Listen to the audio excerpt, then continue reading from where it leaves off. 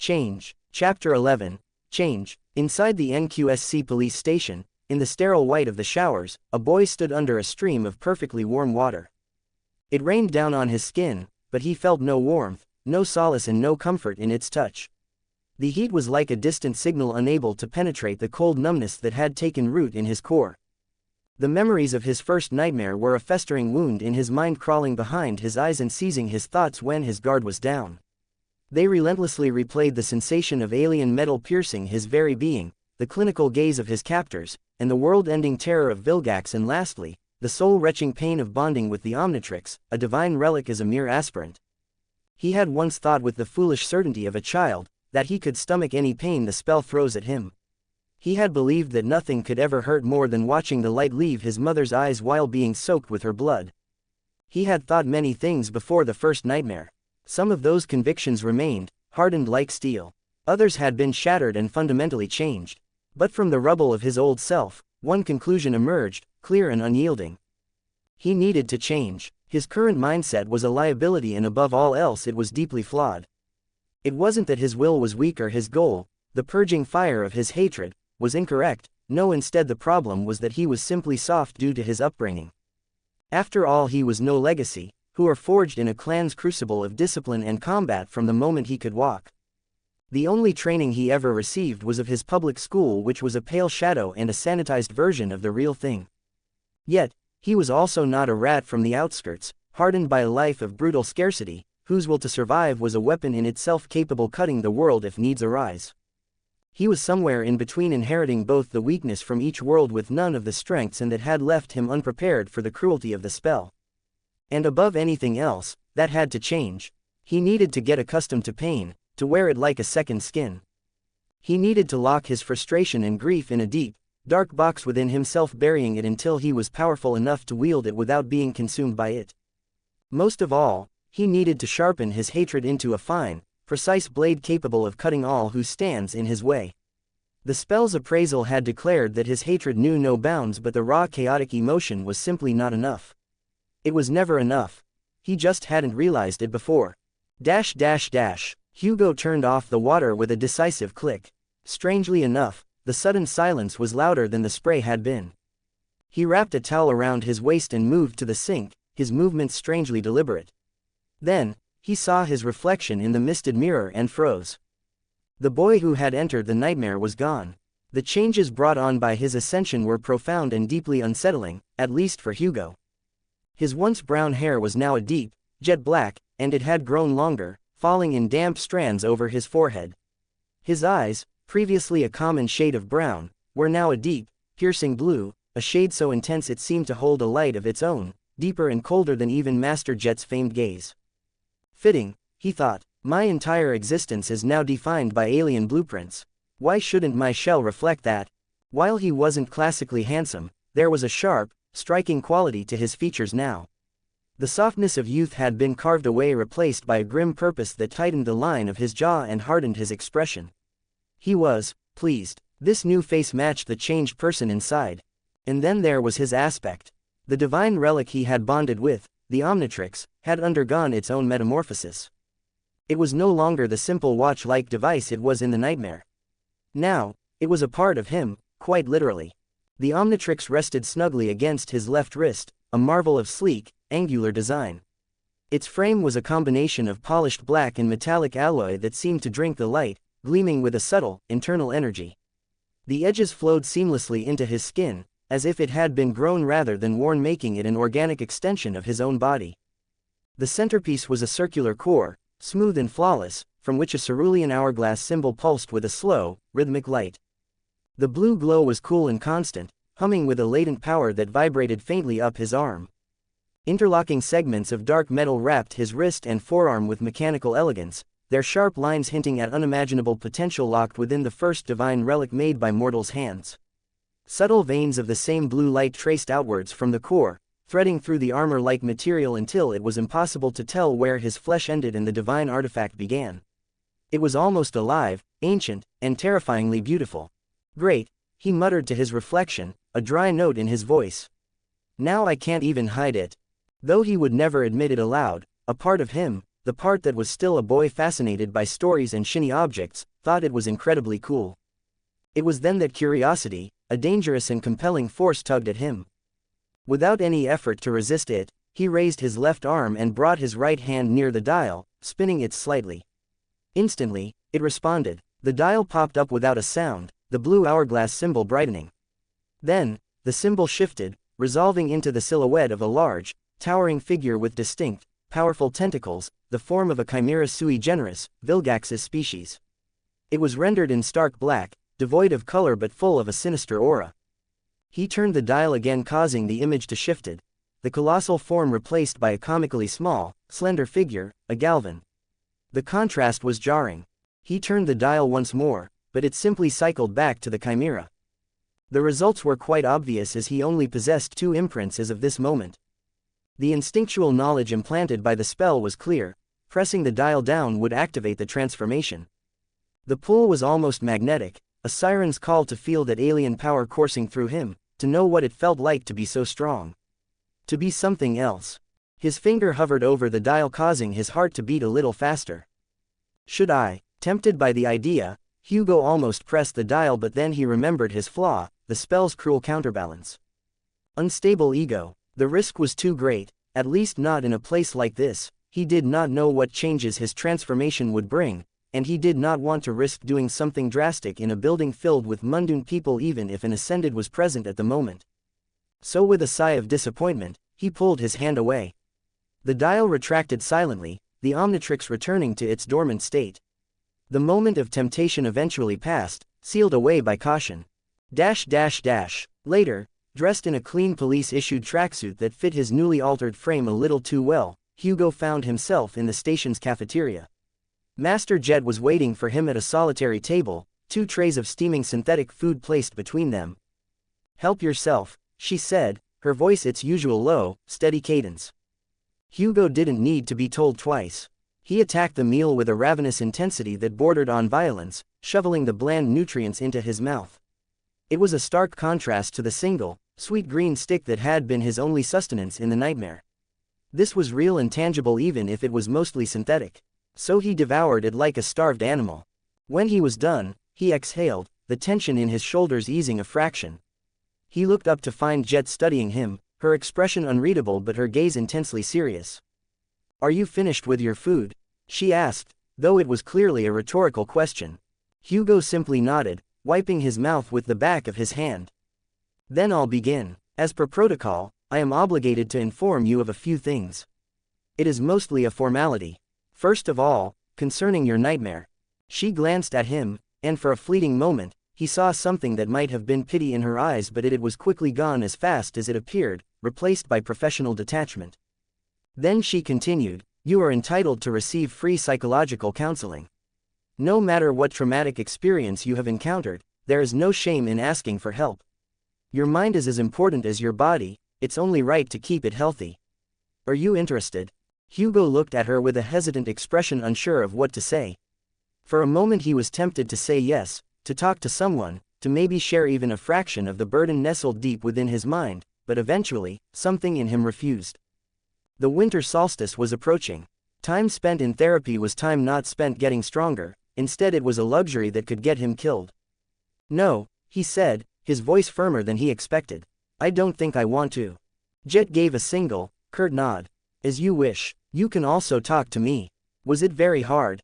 Hugo held her gaze. How could he possibly explain? The advanced alien city, the sadistic experiments, getting haunted by murder drone and terrifying alien assassins, bonding with a cosmic relic, all while witnessing the collapse of an entire civilization. The words stuck in his throat, failing to capture the sheer scale of the hell he had endured. "It was hell," he finally said. The words were inadequate, but they were the only ones that felt true. Jet didn't flinch. "I understand. Many awaken find their first nightmare to be the worst moment of their lives. But you need to make sure it doesn't hold you back." Her voice was calm, matter of fact, yet the weight of her own experience gave the words a heavy truth. "I'm sorry to say this, but the dream realm will be much worse." Hugo understood that she wasn't being cruel, just brutally honest. Yet, the words settled in his stomach like a block of ice. "Yes," he replied, the word feeling hollow. I understand, but in truth, he didn't understand. He couldn't even begin to fathom a more terrifying experience than the first nightmare, and that terrified him to the core of his being. Jet shrugged, moving on to the next piece of business. Lastly, there's the matter of your family. Hugo stiffened. In the whirlwind of his awakening, he had completely forgotten about the drunken mess waiting for him at home. His father. We tried contacting your father, but we couldn't reach him. So, maybe I can't take you too. No, Hugo cut her off, his voice sharp enough to make her blink in surprise. The shift in his demeanor was instantaneous and violent. The neutral mask he wore cracked, revealing a glimpse of the seething emotion beneath. Jet recovered quickly, her professional mask back in place. I understand this might be difficult for you, but it's not a matter of what you want. He's your legal guardian, and so we need his permission to even register you at the academy. You'll have to at least meet him. Hugo's frown deepened into a scowl. A familiar, venomous hatred bloomed in his chest at the thought of his father. The man was a ghost, a hollowed-out shell who had never once looked him in the eye after his mother's death. There had been no comfort, no shared grief, only the stench of alcohol and the sound of strangers in the night.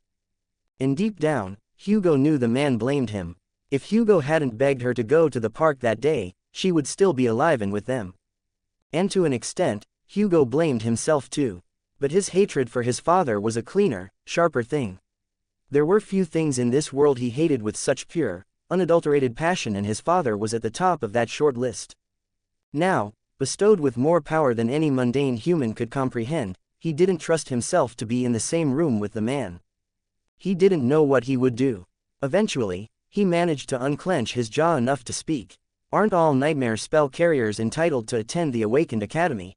Jet shook her head. Yes, they are entitled. But a legal guardian's permission is still required. The only exceptions are for orphans, or those from the outskirts who have no registered guardian. Hugo felt the walls closing in. There was no way out. Just like his first nightmare, he was cornered like a rat. He took a slow, measured breath, forcing the storm inside him to still for a moment. All right, he conceded, the words tasting like ash. I'll go. 4 comments 0 vote. Rewards. Chapter 12. Rewards. Hugo found himself in the back of a sleek, government-issued PTV watching the familiar dilapidated streets of his neighborhood slide past the window. A profound sense of disappointment lingered in his heart because Soul Reaper Jet had not come with him, as escorting a dormant through a family drama was understandably far beneath the pay grade of an ascended master. But given that Hugo was a newly awakened minor with a documented, complicated, home life, the authorities couldn't simply turn him loose. So, they had assigned a government awakened named Bell to him. The man was perhaps in his early 20s to mid, with a clean-cut look and an air of professional detachment that was a pale imitation of Jet's lethal grace. But one thing was clear, he was competent, yet Hugo still felt that the man lacked Soul Reaper's chilling iconic presence. Hugo didn't bother starting a conversation, his mind was stuck in a state of grim anticipation as he played out the upcoming confrontation with his father in his head, each scenario more tense and unpleasant than the last. But then, he was suddenly jolted from these spiraling thoughts by a realization: he still hadn't properly examined the 2 other memories he'd gained at the end of his nightmare. How could I forget something so crucial? He chided himself, a wave of frustration washing over him. This was the kind of oversight that got people killed in the dream realm. So he focused inward, pulling up the spell's runes. Memories. Proto-Tech Armor, Conqueror's Wrath, Polymorphic Crystal. He had already examined the Proto-Tech Armor during the first nightmare and saw what it was capable of, but the other 2 were a complete mystery.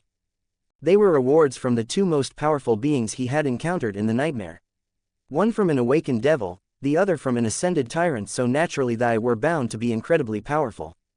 With a tang of excitement, he decided to start with Polymorphic Crystal, saving the ascended tier memory for last. Memory. Polymorphic Crystal. Memory rank. Awakened. Memory type. Tool. Memory description. The first thinker's prodigy was a fickle soul. Unlike his fellow Galvans, his brilliance was not tempered by their race's cold logic, instead it was fueled by a myriad of emotions, yet this did not mean he was inferior to the rest of his kin. As his genius was second only to the first thinker himself, but in the end, he was not content. A gnawing greed consumed him, a desperate need to create something greater than his master's magnum opus. But all his efforts yielded were tools of exquisite destruction. Enchantments. Gaze, upgrade, greed, envy. Albedo, Hugo thought, the Galvan's frustrated face flashing in his mind. The description painted a tragic picture of wasted potential, a genius destroyed by his own envy. But Hugo couldn't really feel pity for the Galvan, as he was the one to inflict unimaginable pain to him during his first nightmare. Even if that version of him was an illusion conjured by the spell. Not dwelling on the thought, he willed the memory to manifest. A small, reddish-pink polyhedron-shaped jewel no larger than his thumbnail materialized in a small torrent of white essence. It was cool to the touch and seemed to pulse with a faint, inner light. The moment it appeared, new runes shimmered into view, detailing its enchantments, making Hugo's eyes widen in surprise. Gaze enchantment description. This crystal can peer into the fundamental essence of things, revealing their hidden properties. Incredible, Hugo mused, his mind slowly processing the meaning behind it. It can identify enchantment descriptions and tiers. Other awakened would probably kill for this. He could probably auction it to a great clan for millions of credits, as a memory capable of identifying memory enchantments and tiers would be incredibly useful. But alas, Hugo needed it more than he needed the money. He kept scrolling through the runes, checking the other enchantments descriptions. Upgrade enchantment description. This memory can upgrade any non-sentient object. Greed enchantment description. This crystal can siphon any form of ambient energy and store it within itself. Envy enchantment description. This crystal can release its stored energy as focused kinetic projectiles. Hugo stared at the runes with a strange expression, his earlier assessment of the memory changing immediately. What a monstrously versatile memory. How is this only awakened rank? While the raw power of each enchantment would be limited to the awakened rank, their sheer utility was immense. Gaze and Upgrade are passive utility enchantments which are already incredible enough, but Greed and Envy could work as a great damage dealers. Although I'd only be able to use them after I awaken. Active enchantments required soul essence after all, which he couldn't manipulate as a dormant. Hugo quickly pulled up the details for his proto-tech armor, to re-examine its single enchantment now that he could read it. Modification enchantment description. This armor can be modified to better suit its wearer's needs. Isn't that useless? He thought. Memories were already designed to suit their owner's need perfectly, whether it's an armor memory or a weapon.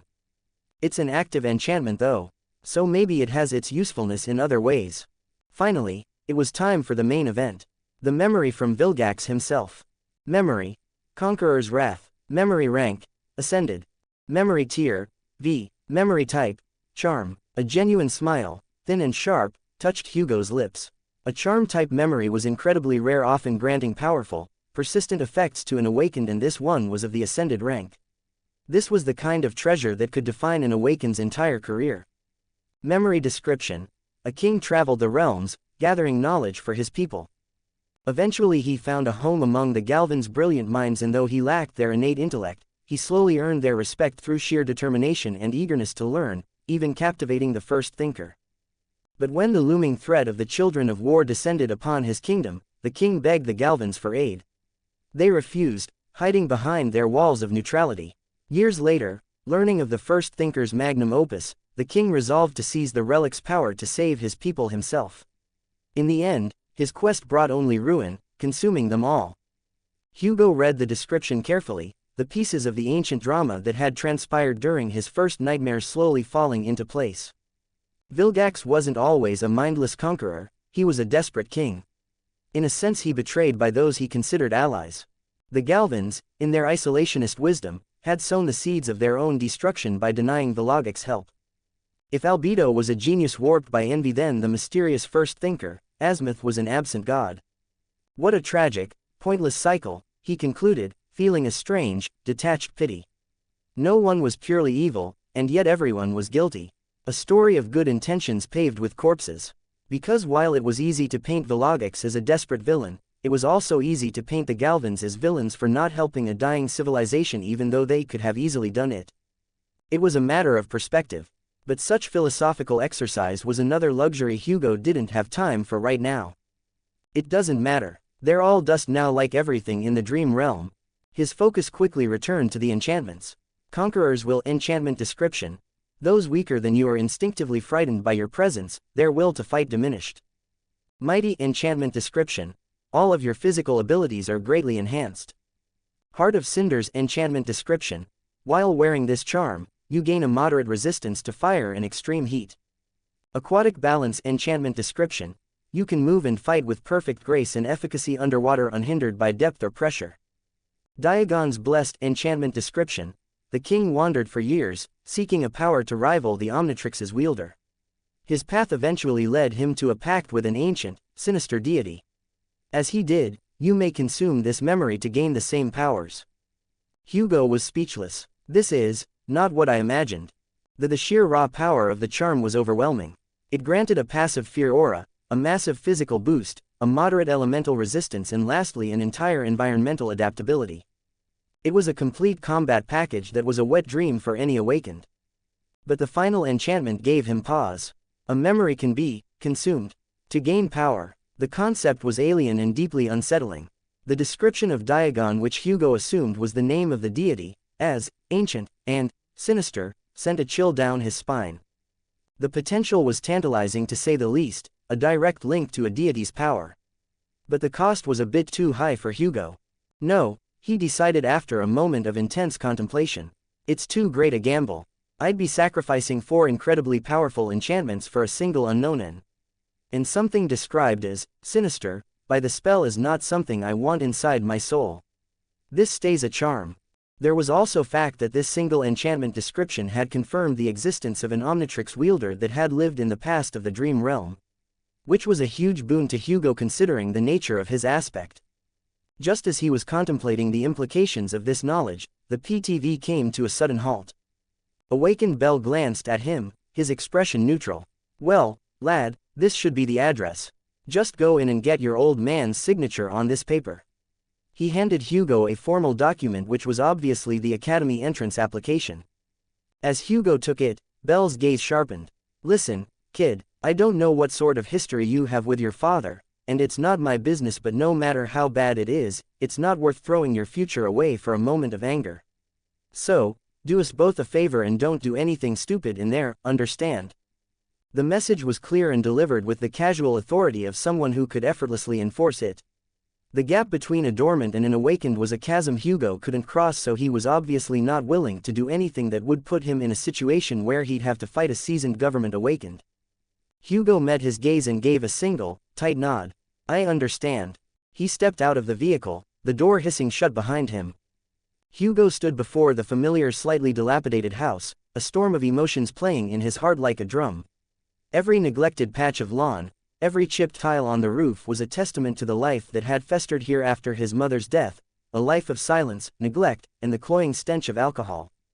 What T superimposed over the grim present were the ghostly memories of a sweeter past, the aroma of his mother's cooking, the sound of her laughter, the warmth of her hand on his forehead every time he fell bedridden. His extraordinary memory was as much of a curse as it was blessing, preserving every beautiful, painful detail with perfect cruel clarity. With a sigh that did nothing to steady his nerves, he reached for the handle and pushed the door open. Immediately, he was met with a flying bottle of cheap whiskey, hurtling directly toward his face. 8 comments 0 vote. Bigger Man. Chapter 13. Bigger Man. Hugo, with his enhanced senses, tilted his head slightly, dodging the bottle without much effort. Not that a glass bottle would have done anything to his dormant body, which was augmented by anatomica. Looking at the person who had thrown the bottle, Hugo saw a man sitting on a plastic chair that was placed directly across the door, as if he had been expecting someone and waiting just so he could throw the bottle at them. That man, of course none other than Hugo's father, completely hammered out of his mind by alcohol and whatever synthetic drugs NQSC offered.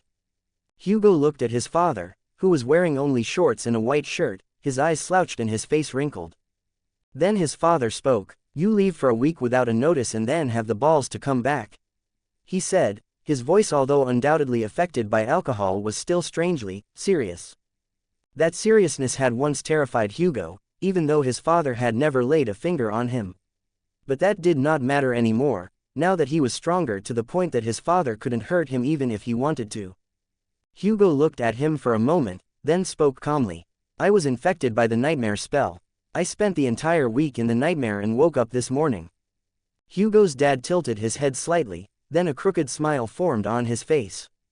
Good, good, he said in a mocking tone. Now you can kill these damn abominations like you always wanted, he said, chuckling slightly. But then he suddenly stopped and looked at Hugo with a strange expression. Then why are you here? Don't tell me you came here to kill me. I didn't think I was that bad of a father, he said, his voice changing from playful to disappointment. Hugo glanced at him sharply. You're not worth the bother. I just need you to sign something. His dad smiled again. Oh, forgive me, oh great and venerable awakened. What would a foolish mundane person like me even be good for? Not even worth getting your grand revenge, huh?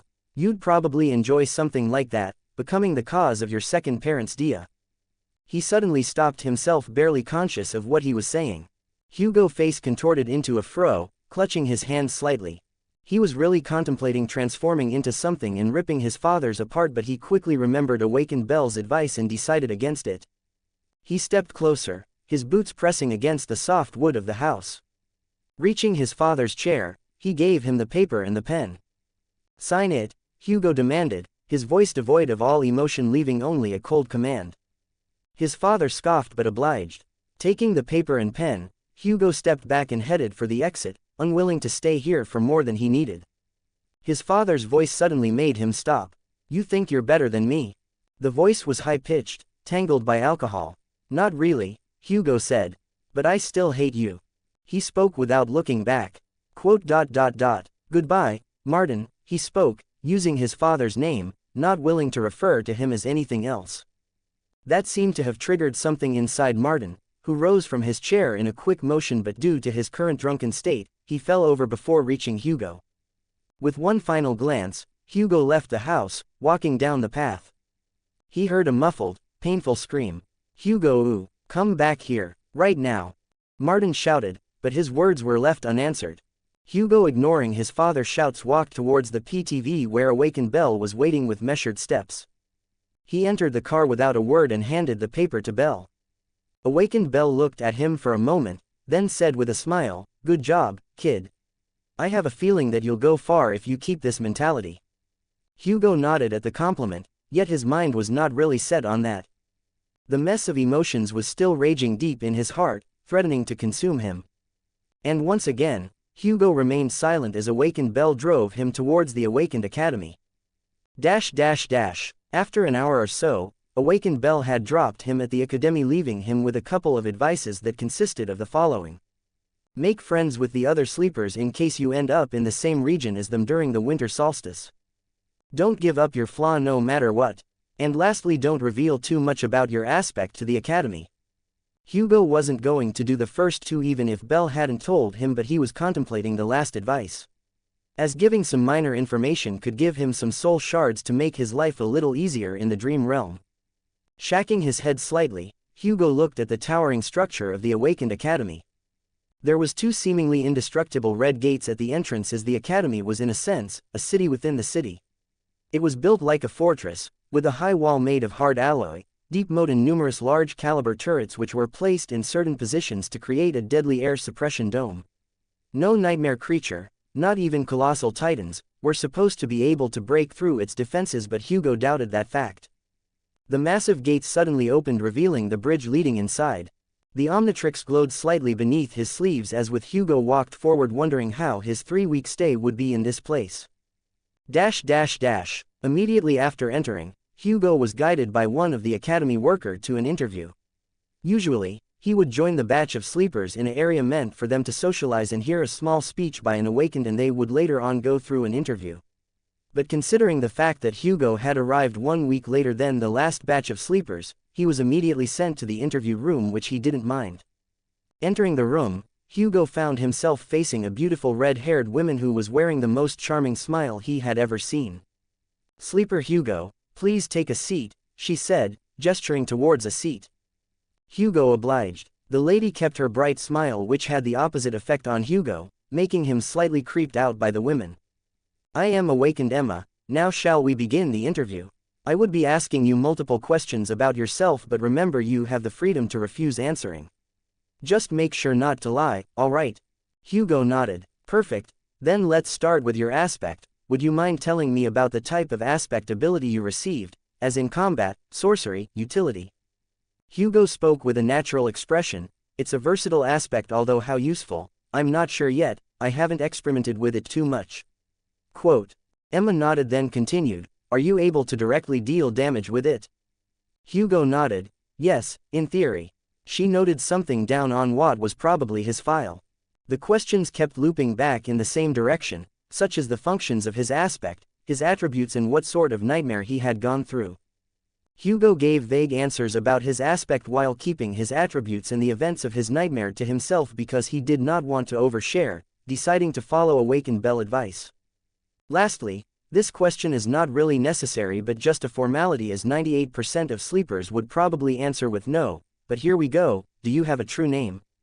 Hugo looked at her for a moment then said, yes. She smiled, just as I what? In a moment, her demeanor entirely changing as she confirmed he wasn't lying. Slowly calming herself, Emma exhaled, do you mind telling what it is? She said, nearly stuttering.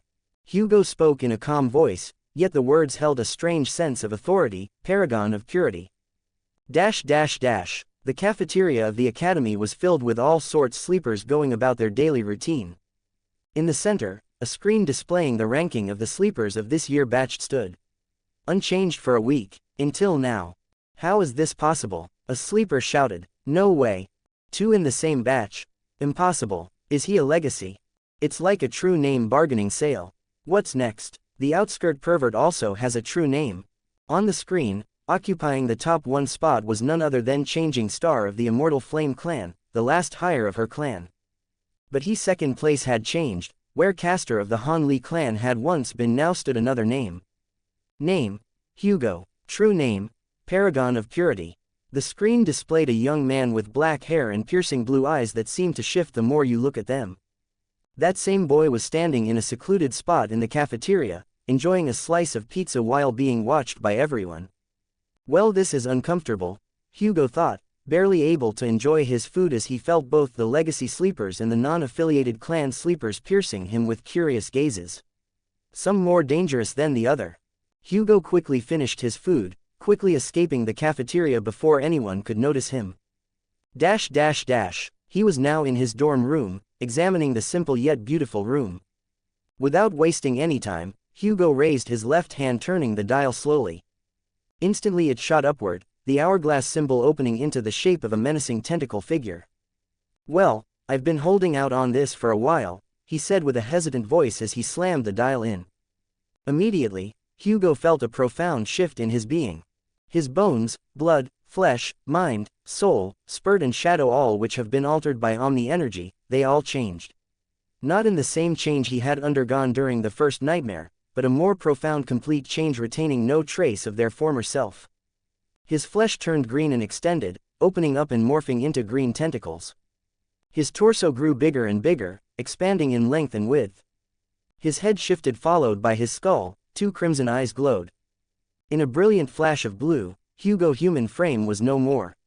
In his place was a towering figure standing over 15 entire feet, wearing a dark menacing armor. A strange glowing hourglass symbol was on his chest. The figure head was round and near where his mouth was supposed to, tentacles took place. His arms were also tentacles, although they were solidified and united together forming mighty muscles. There were 2 tubes extending from his cheeks, pumping strange blue liquid in his mouth.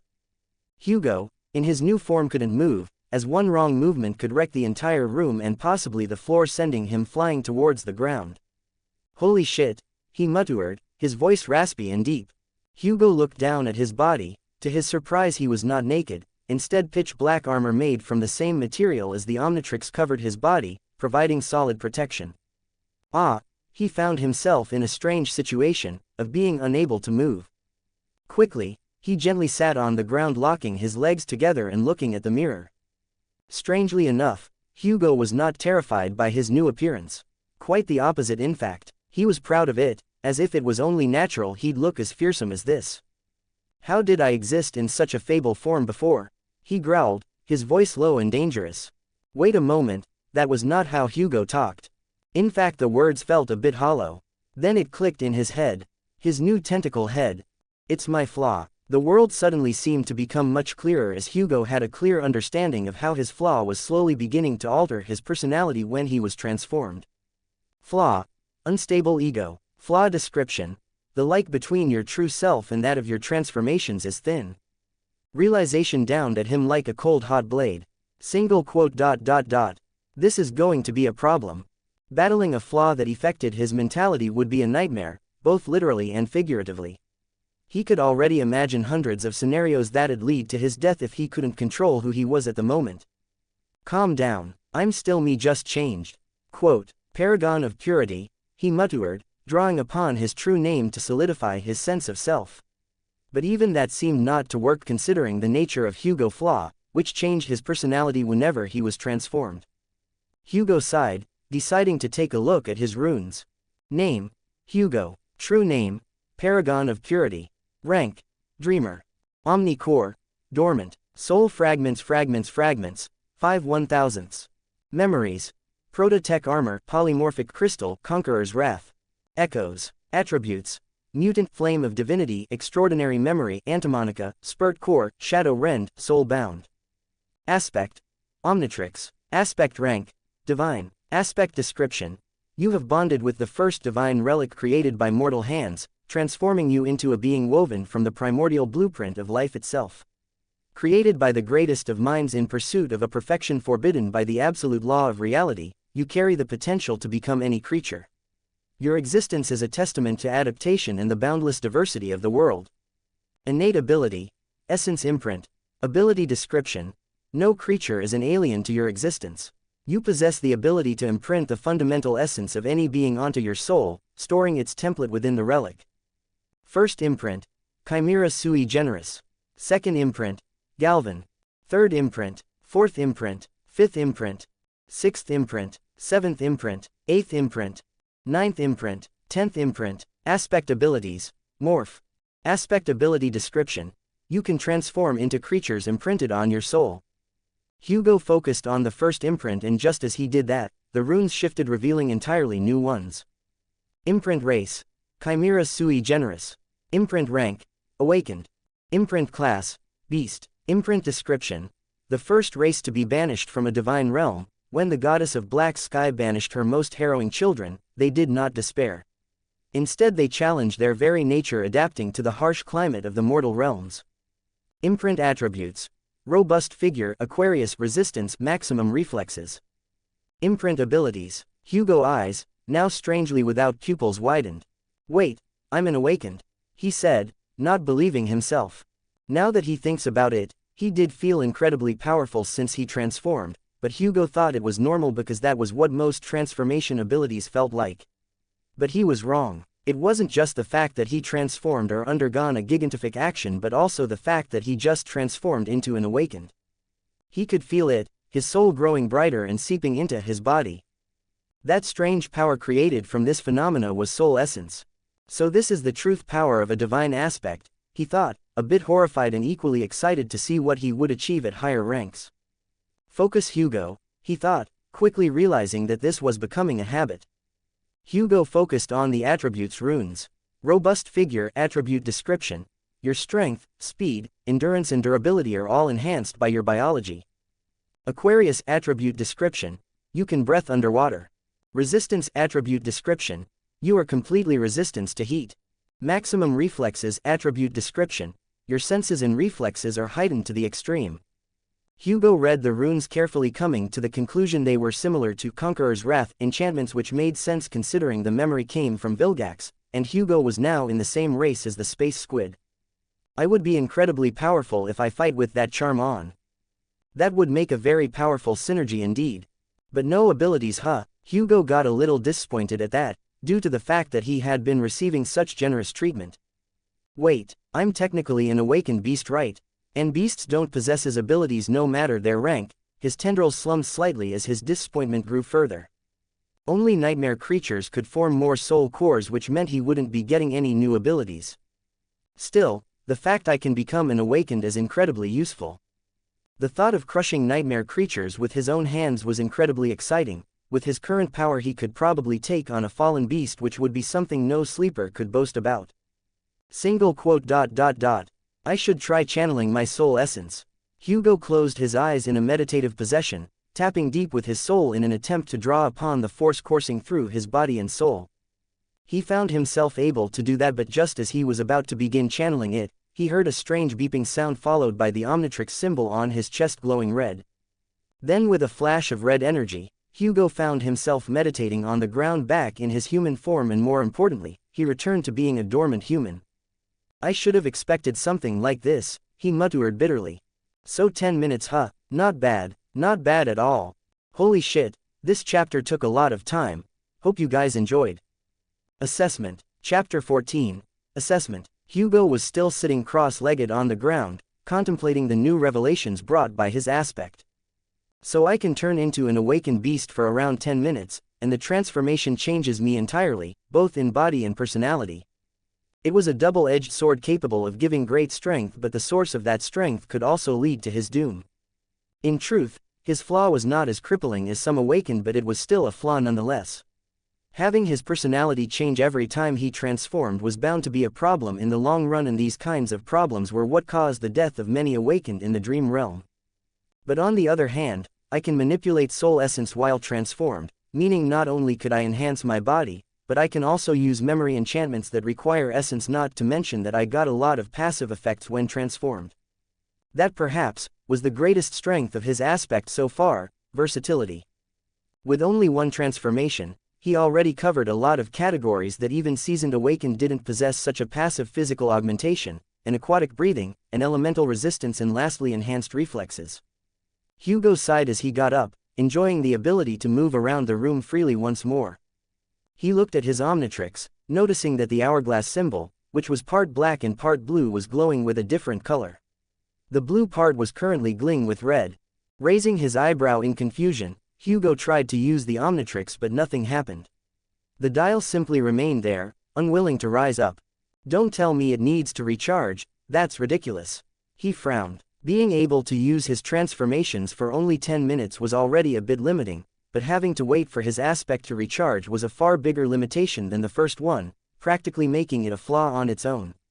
Hugo grumbled, walking around the room in circles. This was a habit he usually did when he was frustrated. It's not that bad of a trade-off, right? It's not like I'm that vulnerable in my human form. Well, I am, but not as a mundane human would be. He was a sleeper after all, possessing an enhanced body that no mundane human could match, and he would grow only more powerful once he rises in ranks, so the problem of being left vulnerable after his transformation runs out was not as severe as Hugo was making it out to be, although this realization did not make it any less bitter.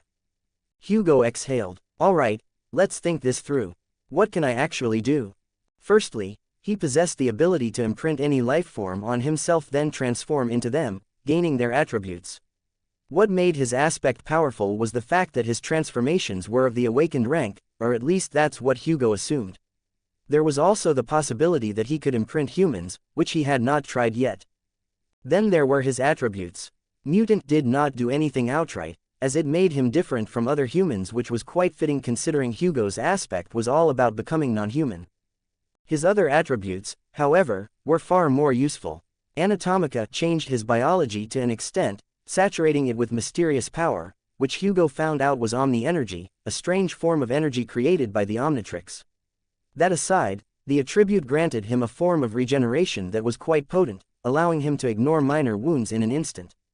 He had assumed that it granted him a form of enhanced strength during his first nightmare, but that was wrong. What it actually granted him beside regeneration was better physical resilience and stronger endurance, which were by no means inferior to a physical boost. Then there was Spirit Core, which Hugo knew was a very special attribute, especially after his awakening, but its exact functions were still a mystery. He only knew that it granted him a type of augmentation unlike the one Anatomica offered. But thankfully his lack of knowledge was not going to be a problem for long due to the fact that he was in the Awakened Academy, which held all sorts of information about the dream realm and awakened attributes and abilities alike. All the information he had gathered on the internet would pale in comparison to the Academy's archives, so Hugo decided that gathering as much knowledge as he could would be the most important thing right now. Then there was Shadow Rend. I guess it makes shadow bridges, he thought, almost finding the idea ridiculous, even though he would not mind having the ability to create bridges from his shadow. No, that can't be it. His shadow was impossibly large and also possessed the ability to separate from him and aid him in certain situations, but he could not control it, which was a problem. Hugo lowered his head to the floor where a large shadow was covering a large part of the room. Hello, Hugo said with a hesitant expression. His shadow did not budge, staying the same as any regular shadow, with the sole exception of it being bigger than most shadows. I guess you're not that talkative. That makes two of us, I guess, he murmured. Lastly, his attribute soul-bound was still a greater mystery than all his attributes, promising multiple enchantments, but how he would get these enchantments, he did not know. For now, it supposedly granted him immunity to mind attacks, an immunity he still was not sure of how reliable it is, which is one of the greatest boons any awakened can ask for. A complete negation of an entire category of attacks was nothing to scoff at, as even saints were not fully immune to mind attacks. Hugo scratched his head, now seated on his bed. Then there's my memories. One is an awakened armor, the other is a crystal capable of seeing memory enchantments and tears and upgrading equipment while also being able to store energy, and releasing it as kinetic projectiles. Then there's the charm, which gives me heat resistance, a physical passive augmentation, the ability to maneuver underwater, and the ability to dominate creatures with less power than me. Oh, did I mention that I can eat said memory to gain some ancient sinister power? He thought, feeling a bit weird that he was talking to himself. I'm pretty strong for a sleeper. Well, the right word would be that I possess too many abilities for a sleeper, but still. That said, it did not mean Hugo was invincible. He would still die if an awakened abomination decided to take a bite out of him, and he would also die if he let his guard down in the dream realm.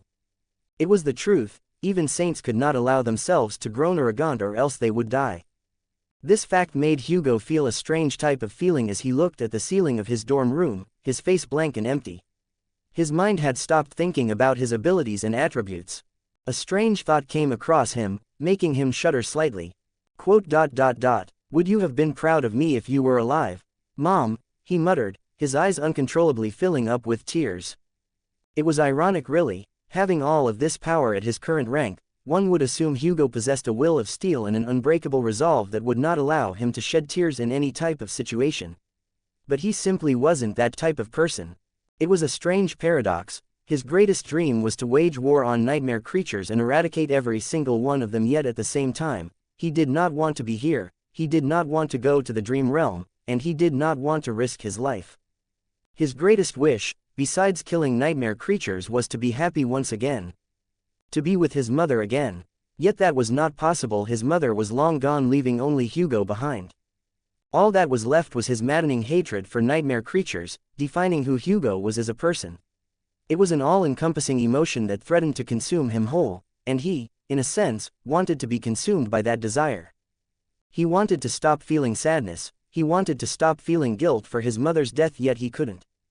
And that angered Hugo more than anything. He knew exactly what he wanted and he knew how to achieve it, yet he was afraid of taking the final step. Because a part of him wanted to remember. A part of him wanted to keep his mother alive in his heart. To remember her smile and grown up to become someone she would have been proud of. Eventually, the storm of emotions raging in his heart was slowly drowned by the dizziness of sleep. In his slumber, the Omnitrix symbol made a small beeping sound. Click. The symbol turned blue once again, regaining its former glory. Yet that, too, was left unheard. Hugo woke up with a slight headache, remembering the state he was in before he fell asleep. Exhaling as he got up, realizing it was early in the morning. I really overslept, he muttered under his breath as he entered the small bathroom in his room, intending to take a hot shower to calm his mind. He was faced with a bit of an awkward situation, not knowing if the Omnitrix was waterproof or not. I mean, it's the first divine relic made by mortal hands. It'd be embarrassing if it's not waterproof. And thankfully, it was. Gods, imagine if I lost my aspect because it wasn't waterproof. I would drown myself in a hole, he thought, letting the hot water run through his body. Hugo noticed how organic the Omnitrix looked and felt. For starters, it felt like nothing was there. No, not quite. It felt like it was a part of him, no different from his arm, which was quite fascinating. After the shower, Hugo wore the outfit provided by the academy, which was a sleek black tracksuit familiar to the police tracksuit. Before he left for the cafeteria, Hugo decided to try out his Galvan transformation just to know what it was capable of. HD activated the dial, selecting the Galvan figure, and then pressed the Omnitrix slightly. With a beam of blue light, his figure shifted once more. His torso shrunk down and down, eventually reaching the ground. Then his skull extended, changing the shape of his eyes, which were now bright blue. His skin proceeded to morph and twist, eventually settling on a smooth gray color. Hugo looked at the world with a new perspective. The perspective of someone who was just 6 inches tall. What a weird situation, he said, thinking about how his other form was standing at a towering 15 feet while this one was not even a foot tall. Quickly moving around with strange agility, Hugo, now as a Galvan, found himself across the mirror. He had smooth gray skin, as if that of a baby, and he also looked like a frog with large blue eyes that had strange rectangular pupils and horizontal eyelids. Well, this is certainly a look fitting for someone like me, humph, he said with a haughty attitude, unbothered by the fact that he was currently taking the form of the people that imprisoned and tortured him. What was even more bizarre, Hugo felt a lot more difference in this form than he did when he was in the Vilgax imprint, which was what he decided to call it because Chimera sui generis was too long. He felt smarter, which was a far more meaningful change than any physical one could give. Quickly pulling up the imprint runes, Hugo looked at them with a sharp gaze, rubbing his smooth chin slightly. Imprint race, Galvan. Imprint rank, awakened. Imprint class, beast. Imprint description. Born through the goddess of war's dreams of advancement, the Galvans possessed the sharpest minds in all the realms. They held no extraordinary powers aside from their intelligence, and they were far smaller than most races, yet they still built one of the greatest civilizations, rivaling that of the other children of war. But when the end came, even their brilliant minds couldn't save them. The Galvans were born of the war god, Hugo said, analyzing the idea of the goddess of war creating a peaceful race that not only possessed extraordinary intelligence but also no grand ambition to conquer. I suppose simple logic and personality traits cannot be used to determine the hidden reasons behind a god's actions. How peculiar. There was also the mention of an omnious end, which Hugo assumed was the end that caused the death and corruption of all intelligent creatures in the dream realm. Which didn't tell him much, but knowing that even the great Galvans did not survive was an interesting thought process, if not a little harrowing.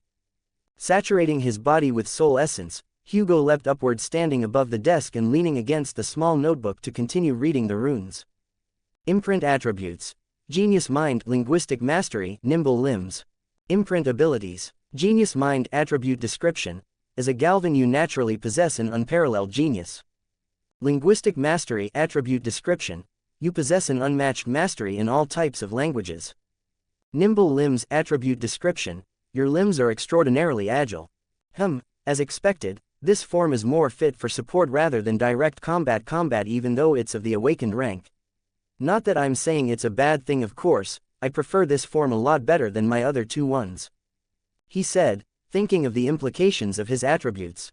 Genius mind and linguistic mastery were both extremely good attributes, with the former enhancing his mind, making him smarter than the brightest scientist in the world, and the latter giving him mastery over all sorts of languages.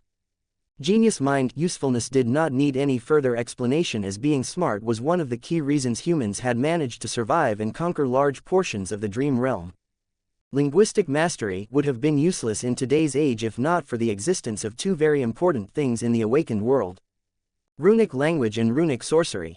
Runic language was translated by the spell, but it did not mean awakened understood it truly, as they one grasped the concept of the runes, not the true meaning the one that had inscribed them had intended to leave behind, which is why a lot of people began studying runic language to comprehend the meanings behind the runes they encounter in the dream realm, which eventually led to the discovery of runic sorcery that granted awakened a whole new arsenal of power.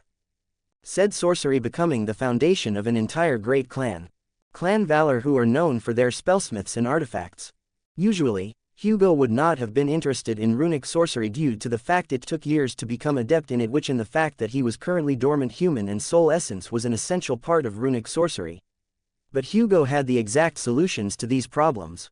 His Galvan transformation was an awakened. Not only that, he also possesses a perfect fluency in runic language, so in theory he could learn runic sorcery way faster than any awakened, even those of the higher ranks, while being merely a sleeper himself. A wide grin appeared on his frog-like face. Well, this is certainly going to be fun, he said with a hint of mischievousness in his voice. Low-key filler chapter, but thanks to everyone for giving out stones. It made me really happy. Please comment your thoughts on the chapter. Also, I really hope that my writing is doing the show don't tell kinda of trope, like with how his flaw is affecting his personality while transformed. Anyway, next chapter will have some action in it. Opening parenthesis colon. I'm cooking up something for tomorrow, sorry for not being able to make 2 chapters a day. Lost from Sanit creators' thoughts. 6 comments 0 vote. Interesting characters. Chapter 15. Combat. The Awakened Academy's cafeteria was a cavernous hall, its high ceilings echoing with the din of hundreds of sleepers this early in the morning. The air hummed occasional discussions about aspects, strategies for surviving the dream realm and OC course, the looming winter solstice, punctuated by the jarringly normal conversation about celebrities or sports. It just went to show that most of these people were regular teenagers forced to change their lifestyle because of the nightmare spell. Hugo received a few lingering glances as he entered, but the attention was far less intense than the one he received yesterday. Which was because of 2 reasons. First, everyone was too preoccupied with their own survival and training to fixate on him for long, and they also had their own share of problems to contend with. The second reason was the girl sitting like a silent, magnetic pole at the center of the room. Changing star of the Immortal Flame clan. She was the true center of attention. The last scion of a legendary clan and a sleeper with a true name, which was something accomplished only by her mother, Smile of Heaven and Hugo later on. Changing Star was a peculiar existence, to say the least. Her expression was a mask of aloof detachment that seemed to push the world away as if she did not belong to it entirely. Talk about main character syndrome, Hugo thought. She had the tragic backstory, the legendary bloodline, the immense pressure. It was like she was pulled out straight out of the novels and webtoons Hugo used to read. I wonder if she has a divine aspect too. The thought was a bit out of place, but it was also a logical connection to make. As Hugo himself had a true name and a divine aspect, his immediate theory was that they were a package deal. If that were true, Smile of Heaven must have had one as well. It's an interesting thought process, but there's no way to confirm it. Hugo murmured to himself, the sound muffled by the voice of the other sleepers. He collected a tray of nutrient-rich synthetic food and scanned the room for a place to sit. Which was practically non-existent, as almost every table was filled to the brim. I really should have came early. He sighed, then after a bit of standing there like an idiot, his eyes eventually landed on a table with only 2 occupants tucked away from the main crowds. It was perfect. As he approached, he studied the 2 sitting there. One was a petite girl with long golden hair and shimmering azure blue eyes that seemed to look through everything but never quite focusing on anything. The girl possessed an eerie, delicate beauty that seemed utterly out of place in an institution designed to forge killers, as she looked like she wouldn't be able to swat a fly. Strangely enough, that only made Hugo a bit frightened of the girl, as it reminded him of how harmless the Galvans looked. Until they weren't, that is. The other person sitting there was a boy with skin as pale as a corpse, contrasted by hair and eyes of such a deep onyx they seemed to absorb the light around them. He was lean with a sharp fox-like face, and he was currently glaring daggers at the approaching paragon of purity. What a cheerful bunch, Hugo noted internally. Reaching the table, he spoke with a natural tone, "Can I sit here?" The blonde girl seemed startled by the question, as if she didn't see the question coming, her head turning toward the sound with her clouded blue eyes sweeping helplessly past his face, never focusing on them. The realization immediately clicked in Hugo's mind. She's blind. A pang of solemn pity hit him as the implications of her situation became quite prominent. She was doomed to die the moment she enters the dream realm. The onyx-eyed boy's glare intensified for a second before he gave a noncommittal shrug. "Why, yes, suit yourself." Their answers overlapped, creating a moment of awkward silence. Hugo decided to ignore it and sat down next to the boy, who radiated a distinct aura of, "Go away." Strangely, Hugo couldn't stop looking at him. It wasn't about his appearance or anything, but because of a nagging sense of familiarity. Then, it clicked as he remembered where he had seen the boy before. "Ah," Hugo said, the memory from a week ago resurfacing. "So you actually survived your first nightmare." The words came out blunter than he intended. The boy flinched almost imperceptibly. "What?" he asked, his voice flat and guarded. "Ah, sorry," Hugo backpedaled, realizing how it sounded. "I just remembered you from the day we were infected. I was their aspirant with you at the police station, but doubt you remember. I'm Hugo, by the way." The onyx-eyed sleeper studied him for a long moment, his face unreadable. "I see," he said, "I'm Sunless. And yes, I know it's a strange name. You see, my mother had a poetic soul of sorts." The mention of a mother naming her child sent a sharp nostalgic pang through Hugo. After all, his own mother was the one who had named him, though her reasons were far less poetic than Sunless's mother. "I see," It's nice meeting you, Sunless, Hugo said, making a conscious effort to be sociable as he remembered Awakened Bell's advice about how no one can survive in the dream realm alone. Sunless gave a curt nod. Just call me Sunny, it's easier on the tongue. What a peculiar fellow, Hugo thought, turning his attention to his food, unaware that in approaching this particular table, the strings of fate had already begun to twist around him, pulling him into an orbit he could not yet comprehend. After the awkward but ultimately successful breakfast, Hugo found himself in the vast combat training hall. He had decided that practical fighting skills was his top priority right now. His time was desperately short, only 3 weeks until the solstice, but he had to start somewhere. His options were limited by the short time frame, but on the positive side, he wasn't starting from zero. His public school education and his own obsessive research had granted him minor proficiency with a spear and the basic tenets of wilderness survival. It was a foundation that Hugo hadn't gotten the chance to utilize in the first nightmare due to certain circumstances, but they were still there. Now Hugo's real concern was how much the instructor could offer him, as he needed more than just basic combat skills. Hugo needed to learn how to fight while transformed for obvious reasons. Power without skill was a quick path to a gruesome death in the dream realm. And while his Vilgax form was a powerhouse capable of both terrestrial and aquatic combat, it was also his only direct combat for the moment, and so he had to master it, or at least find a suitable fighting style when transformed. Hugo stood among a sea of other sleepers. Seemingly all of them had chosen this class, which made perfect grim sense. Many people thought the primary danger in the dream realm was nightmare creatures, and while that was true, it was not the only thing that could kill you in there. The instructor was an awakened named Rock, who was more like a mountain than a man, wore a dark blue uniform. His shoulders were broad enough to carry the worries of every student in the room. A gorgeous brown beard was adoring his chin, giving him a strange bear-like appearance. His serious eyes were almost omnipresent, seemingly missing nothing. Those same eyes soon landed on the new arrival. The giant man walked over, his steps measured and heavy. He looked down at Hugo from his impressive height. "You are paragon of purity, if I'm not mistaken." Hugo nodded. "Yes, sir, but feel free to call me Hugo." Rock hummed, a low rumbling sound. To think I'd get the chance to train two sleepers with true names, in the same year nonetheless, how peculiar." His gaze flickered briefly toward Changing Star, who was standing perfectly still on the other side of the hall, before returning to Hugo. "All right, class," he boomed, turning to address everyone. "Your combat drills today will be largely the same. Pick your weapons of choice and find a sparring partner. I will assess your performance and tell you what you need to improve. You may use your aspect, or not. It is up to you." The hall erupted into motion as sleepers scrambled to pair up.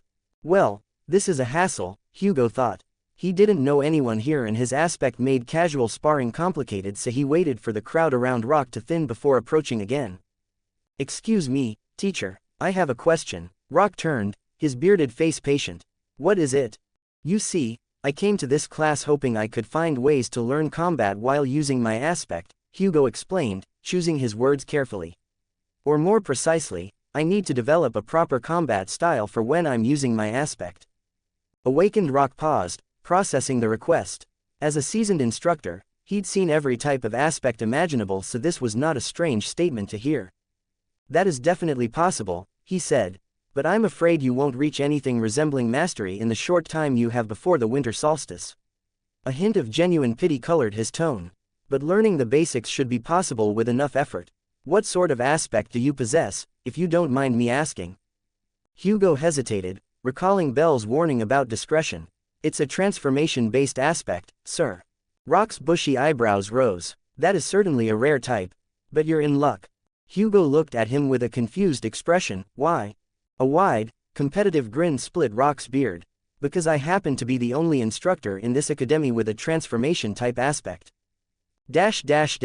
Minutes later, Hugo stood on a large combat mat, the thick foam feeling firm beneath his feet. Awakened Rock stood opposite him, a few meters away. The bear-like instructor had decided to personally spar with Hugo to gauge his capabilities and find a fitting combat style after witnessing the transformation himself.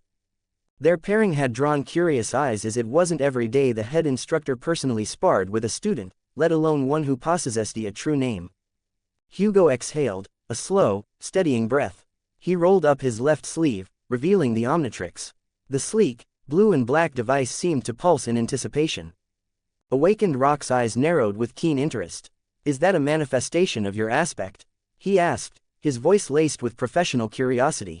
Hugo simply nodded. His thumb found the dial that immediately popped up with a soft click, the blue hourglass symbol shifting to display the dark, tentacled silhouette of the chimera's sui generis species. Well, here goes nothing, he mumbled, slamming the dial down. A massive beam of brilliant, cerulean light enveloped him, so intense it drew a gasp from the entire hall. The air hummed with released energy. Where Hugo had stood now loomed a titan. A towering figure standing at a generous 15 feet tall, its body a mass of powerful light green tentacles solidified into a terrifying, muscular frame. It was encased in sleek, black battle armor that seemed to drink the light around it. The Omnitrix symbol, now large and prominent, glowed defiantly on its chest. Two eyes of burning crimson looked out from a face of writhing tentacles, radiating a palpable aura of ancient conquering wrath. A wave of stunned silence washed over the training hall, followed by a burst of panicked and excited whispers. Ah, a nightmare creature. It's not, you idiot. It's his aspect. Is that the power of a true name? By the spell, look at the size of it. So many tentacles, it's like a he. Awakened Rock on the other hand quickly regained his composure with a slow, appreciative smile spreading across his face. Well, he rumbled, his voice filled with a newfound respect. This is certainly unexpected. Sleeper Hugo, color me impressed. He rolled his massive shoulders, his joints cracking like gunshots.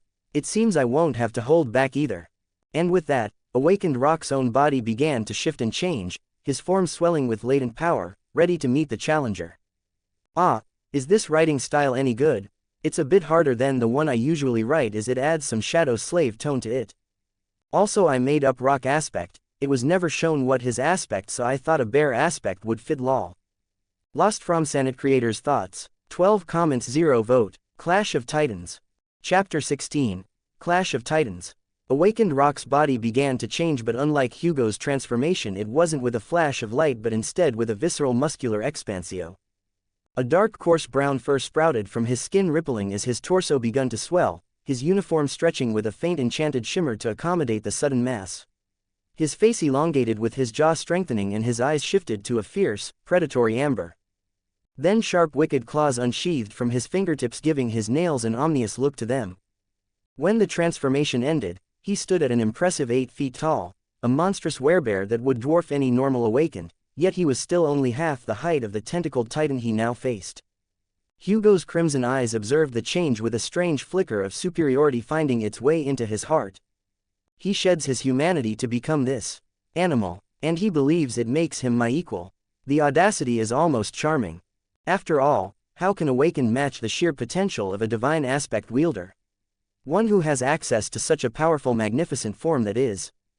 Sleeper Hugo, focus. Rock's voice boomed, deeper and more guttural now, yet still carrying the sharp tone of an instructor.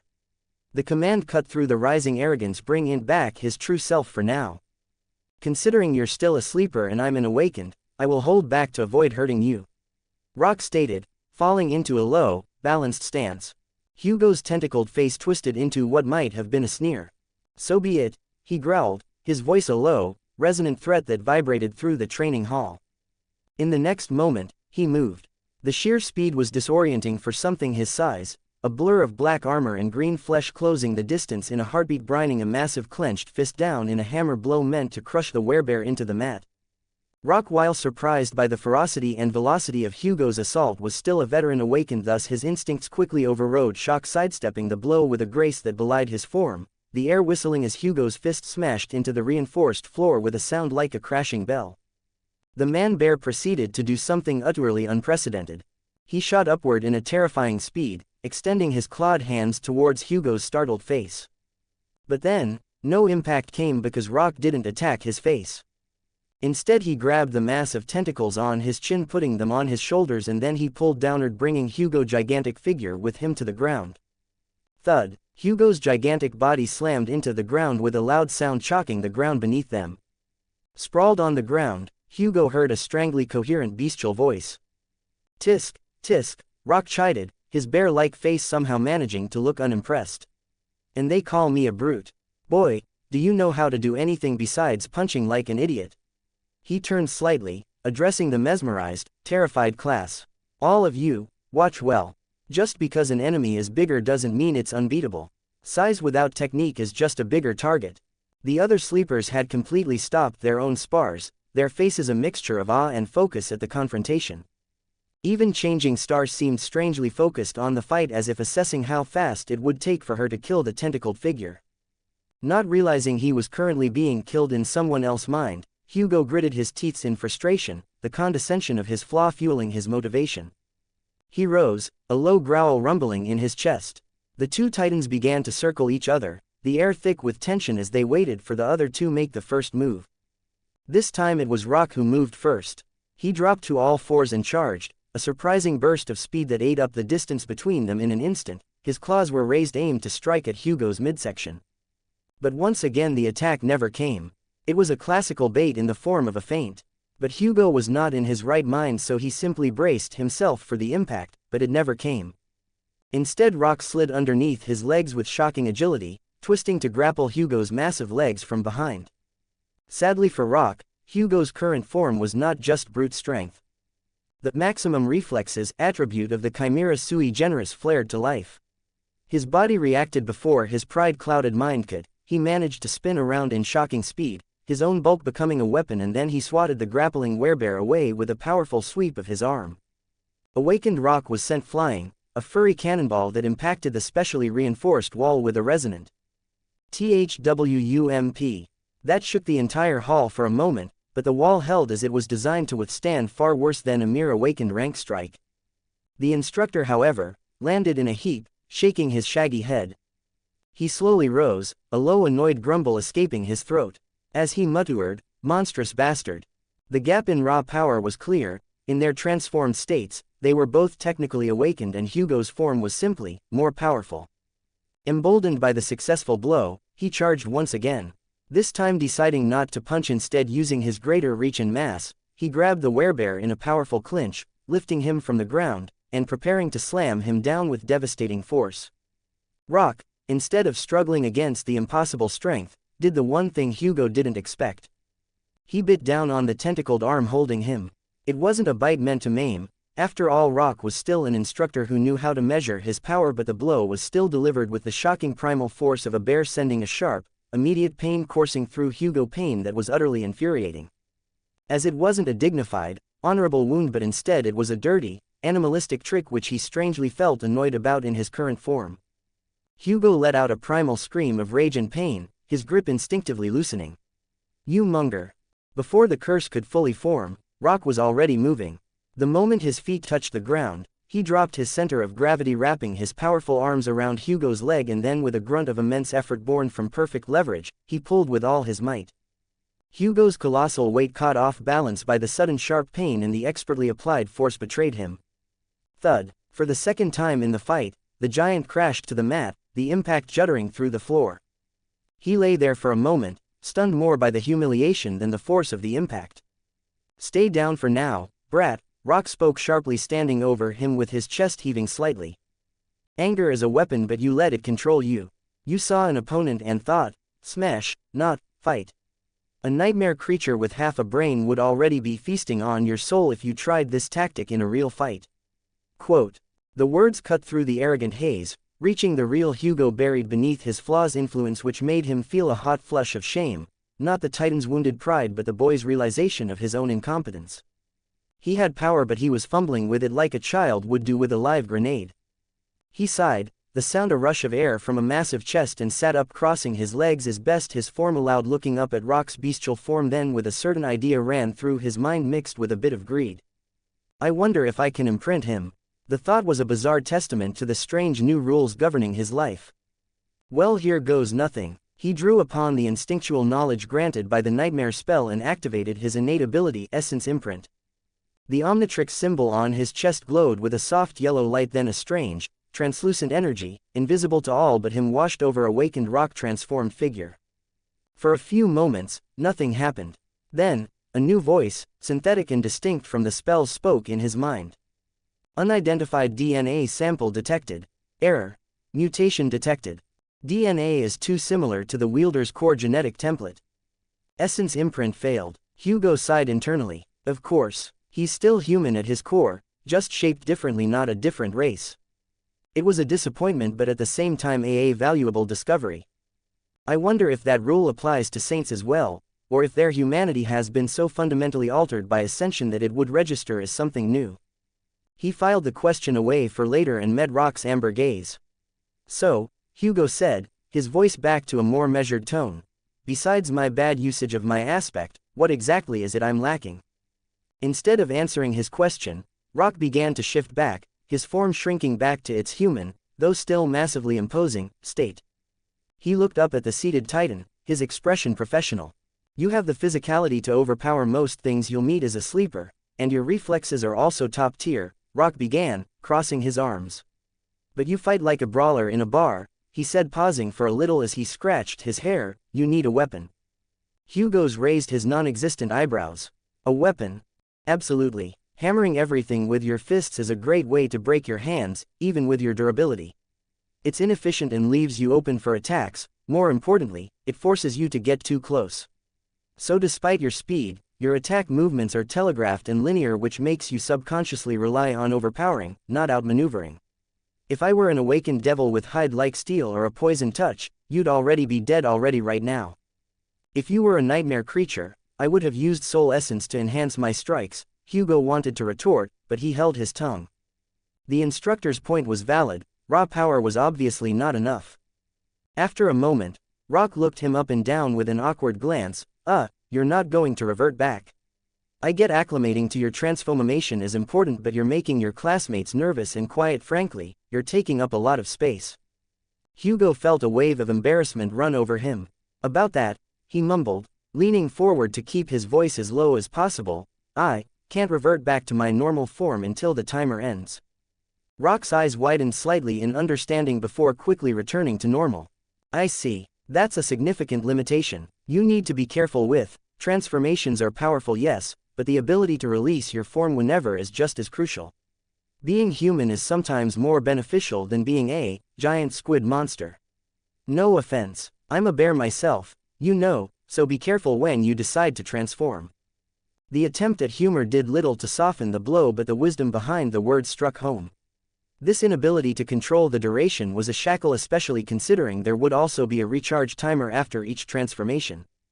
Hugo looked down at the Omnitrix symbol on his chest with a strange expression.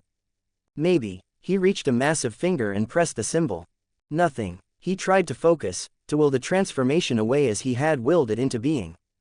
Again, nothing. It was locked, as if he was a prisoner in this powerful but prideful shell until the relic decided otherwise. With a final, defeated sigh that ruffled the hair of sleepers standing too close, he resigned himself to waiting. A silent hulking monument to his own current limitations. Unbeknownst to him, from the shadows of the highest observation balcony, a certain pair of onyx black eyes watched the entire exchange, missing no detail, with a sharp, calculating look gleaming within them. After finally de-transforming in a flash of red light, a relief that was both physical and mental, Hugo felt the strange arrogance recede, leaving behind the sobered, determined boy. He immediately went to the weapon racks that lined the hall. His eyes scanning the array of blades, axes, and maces, but they kept returning to only one weapon. The spear. He hefted a training model, its weight familiar and comforting in his hands. Hugo loved the spear for a myriad of reasons that now felt more solid and true than ever. Firstly, it wasn't as difficult to master as a sword, which required years of dedication to its complex forms and edge alignment.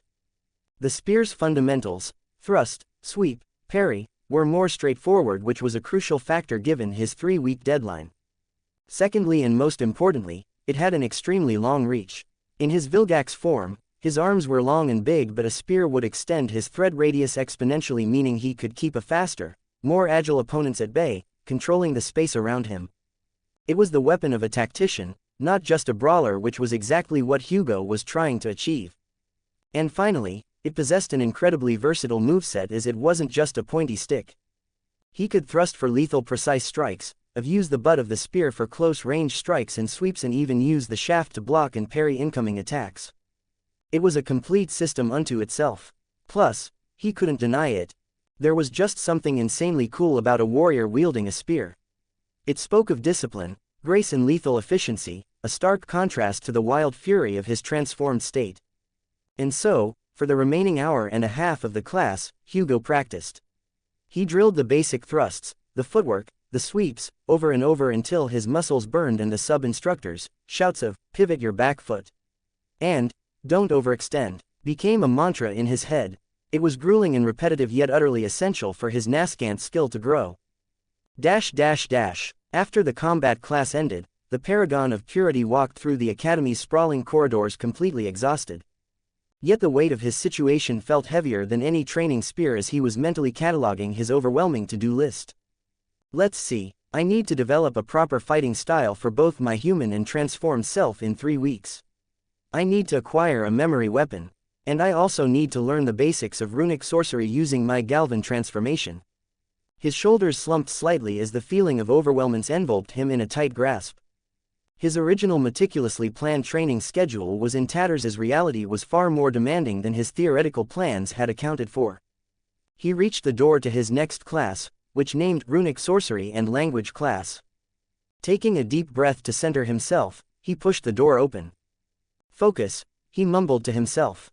"I just need the basics, and my transformed self will do the rest." His mind was so preoccupied with his internal checklist that he completely failed to see the thick, leather-bound bestiary hurtling towards his face the moment he crossed the threshold. Honestly, I'm proud of this chapter. I feel like I improved a lot in dialogue making and fighting scenes. Thanks again for everyone who's commenting and sending power stones. Seriously, you guys are making me so happy. Lost from Sanit creators' thoughts. 13 comments, 0 vote. Familiar faces. Chapter 17. Familiar faces. Hugo once again found himself in a space between worlds. But unlike the endless void of the nightmare spell, this one was not filled with endless white stars, nor did it have any relation to it. Instead, it was made entirely of an endless amount of blue energy enveloping the entire space around him. Eventually the same energy began to solidify, becoming something. That something transformed once again, becoming giant walls and platforms. Hugo recognized the place instantly despite only seeing it once. It was his soul sea. A confused thought ran through the blue void as Hugo slowly regained his consciousness. Where am I? The thought was barely a conscious sentiment as his emotions and senses had yet to return to him. In the sky, there was a gigantic blue sun with the symbol of an hourglass, bathing the world around it in light. This of course was his soul core, Omni core to be precise. Then, something strange began to happen. From inside the Omni core, something suddenly split out of it. It was a beam of ethereal blue light that hid something within it. Then just as the first one, another beam split. Then another one soon followed. In the span of seconds, dozens of beams split from the Omni core, all heading towards Hugo's direction. Now that he was looking closer, he noticed that the beams of light did not split out from the Omni core. Instead, they had simply came out of it as if they had been imprisoned there by a strange force. Bam! The beams of light all hit the gigantic square area near Hugo, slowly solidifying and revealing the figures hidden within them. There were hundreds of them. Hugo's eyes locked into a tall figure entirely made of fire. Another with red skin and 4 arms, just like the one he saw in his first nightmare. Another was made entirely of crystals. And the figures did not just possess humanoid structures, no, they differentiated and were all unique in their own ways, some more than the others. There were harrowing wraiths that could not be described with words.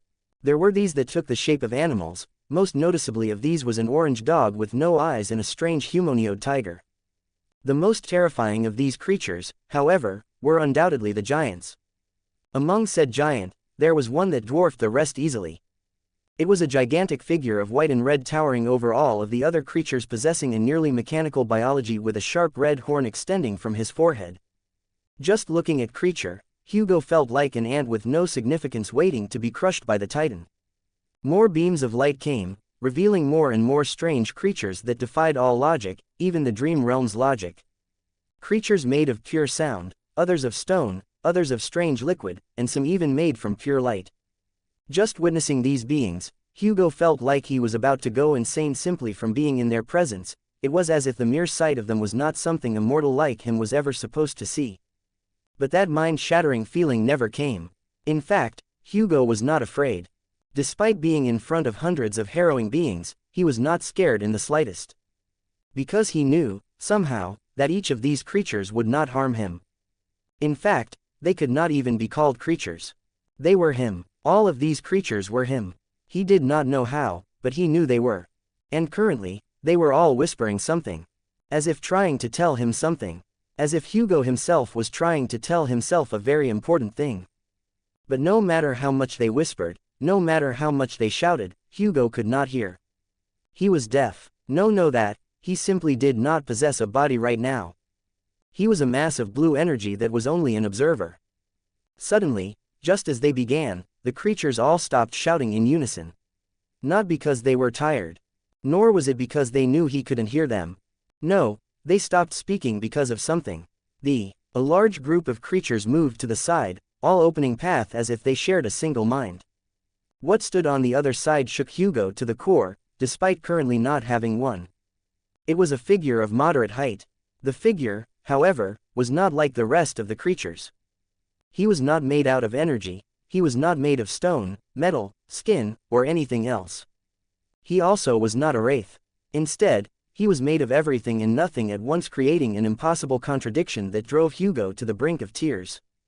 But of course that was not possible, as he did not have eyes right now. The creature body, dark as space, encompassed everything, holding within it countless stars and galaxies. His face displayed nothing, no mouth to speak, no nose to breathe, no ears to hear, and even the eyes were not truly eyes but simply windows for some strange being to peer through them. What was more terrifying about this certain creature was the fact that unlike all the other creatures, this one seemed to possess sentience of its own and, in fact, was not just an extension of Hugo. Two consciousnesses existed in that being, with Hugo being the weak, fragile third consciousness that was currently dormant. The figure then spoke. Strangely, Hugo suddenly found himself able to hear once again, as if he had been bestowed a blessing by some unknown deity. The figure uttered only one word that Hugo had never heard, yet it still filled him with a deep sense of curiosity. Curiosity beyond his will. Primus. As he uttered them, the words shuddered, and with them, Hugo felt another sensation. This one, however, did not come from the strange omnipotent creature. Instead, it came from outside. He suddenly was pulled from his soul sea, forcefully returning to his body. With the last thing he heard being, "You have received an aspect legacy. Oh gods, please wake up, please wake up. I can't lose my job again. Should I hide the body? No, how was a book even enough to knock out an awakened? You fool, that book was an awakened memory and this boy is a sleeper." Oh, Hugo's eyes fluttered awake, disturbed by the panicked voices. Opening his eyes fully, he saw a strange bunch. First, there was a lady seemingly in her 30s, possessing sharp crimson eyes and hair of the same color, radiating a unique sense of beauty. The second and the third were a pair of twins, oddly enough both possessing onyx black hair and strange white eyes, undoubtedly changed by their aspects, with both of them looking to be around their early 20s. Lastly, there was a brown-haired young man possessing clear blue eyes and an easygoing expression on his face. "Oh, look, he's alive," said one of the twins with something akin to disappointment. The middle-aged lady exhaled, her frown quickly relaxing. "Oh, thank the dead gods. Hey, buddy, you all right?"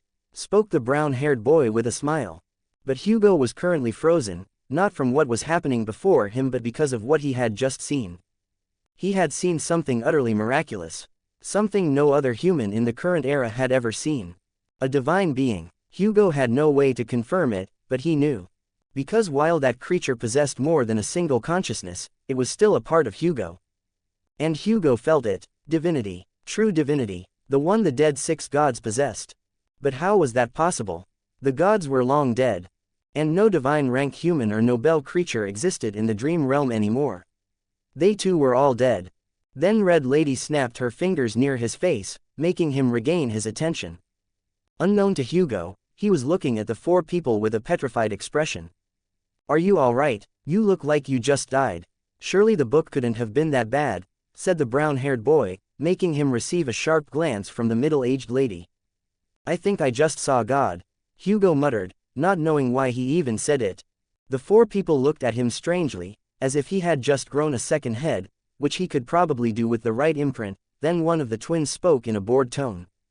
"Yep, he lost his marbles. You're definitely getting fired, Miss J. After the initial, soul-deep shock of witnessing a divine being and surviving the experience had subsided into a dull, background hum of terror, Hugo was immediately offered a visit to a healer which he refused instantly. Wasting time coddling his nerves was a luxury he couldn't afford, not with the solstice looming. The source of the recent impact was his new teacher, an awakened named Jasmine, Miss J, for short.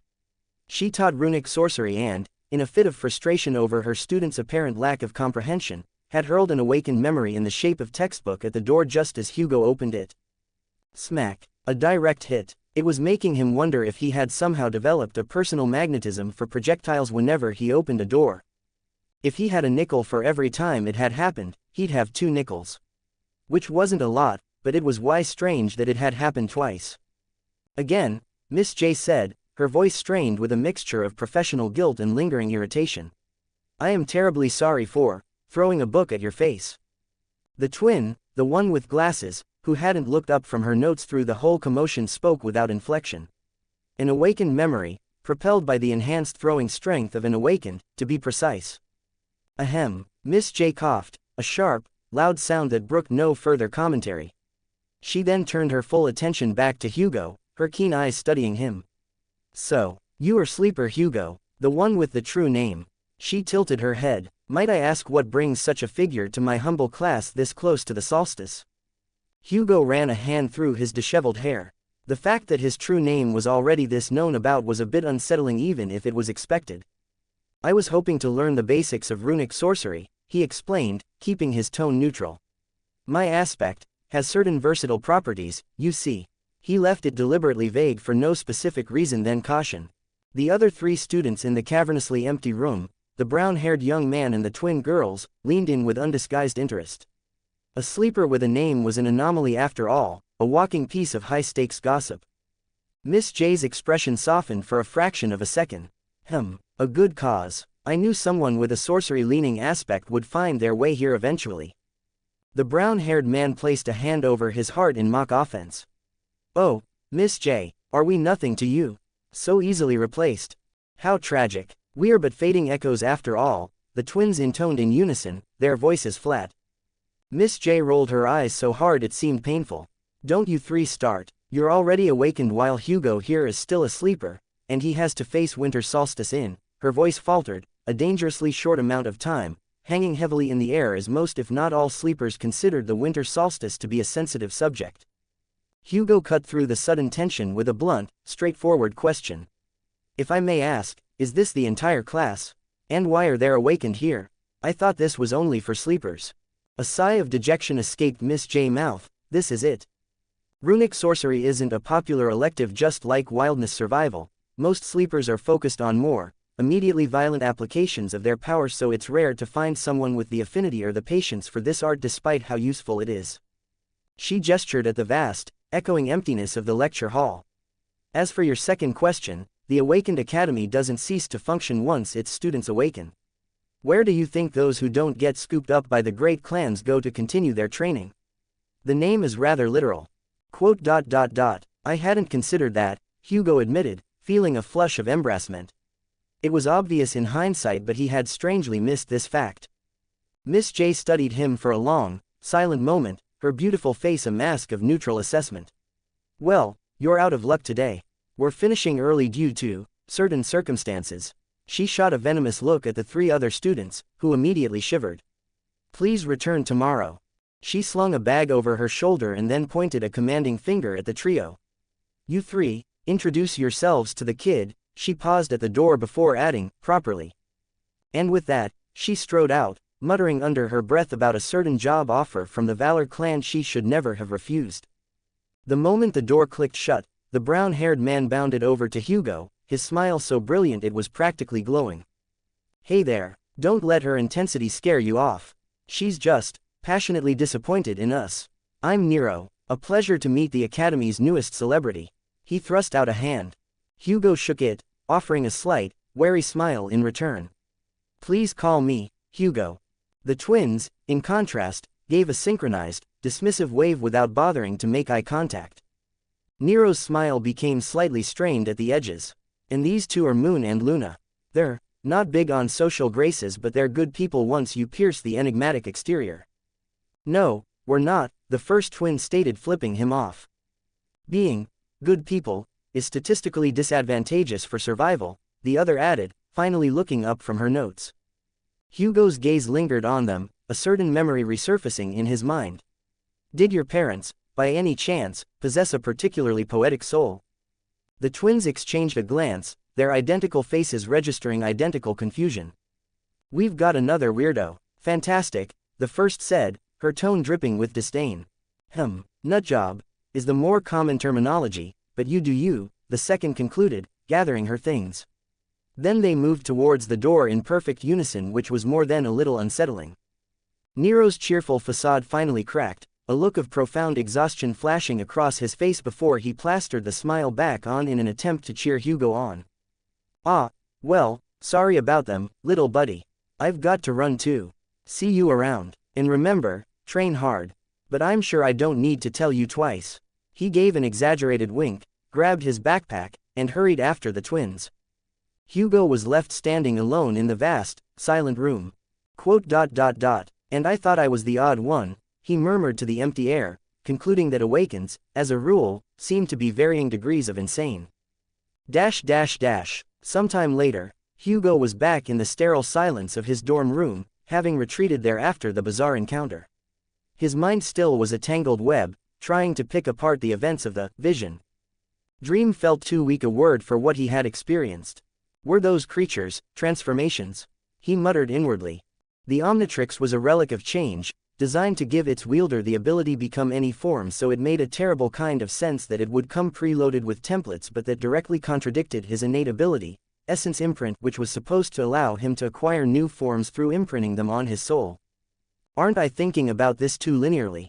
The thought struck him with the force of a revelation. Who was to say a divine aspect couldn't be both a repository and a scanner?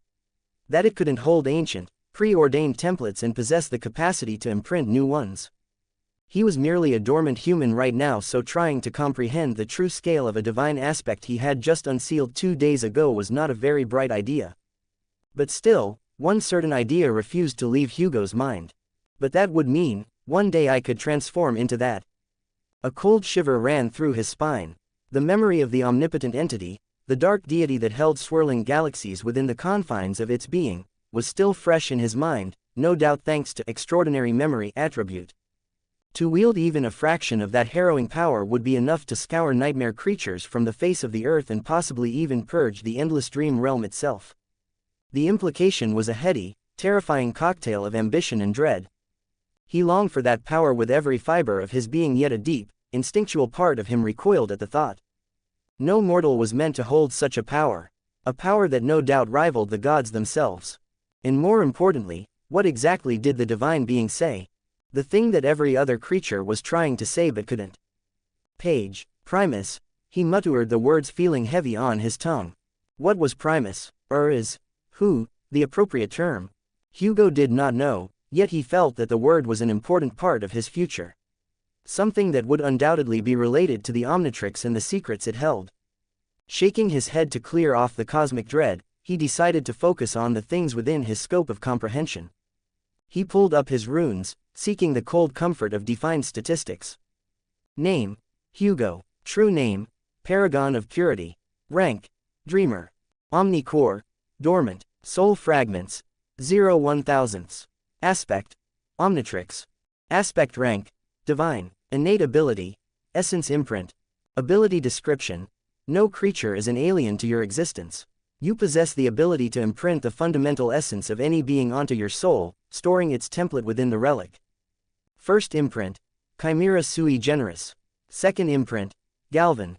Third imprint, fourth imprint, fifth imprint, sixth imprint, seventh imprint, eighth imprint, ninth imprint, 10th imprint, memories, Prototech armor, polymorphic crystal, conqueror's wrath, echoes, attributes, mutant flame of divinity, extraordinary memory, anatomica, spirit core, shadow rend, soul bound.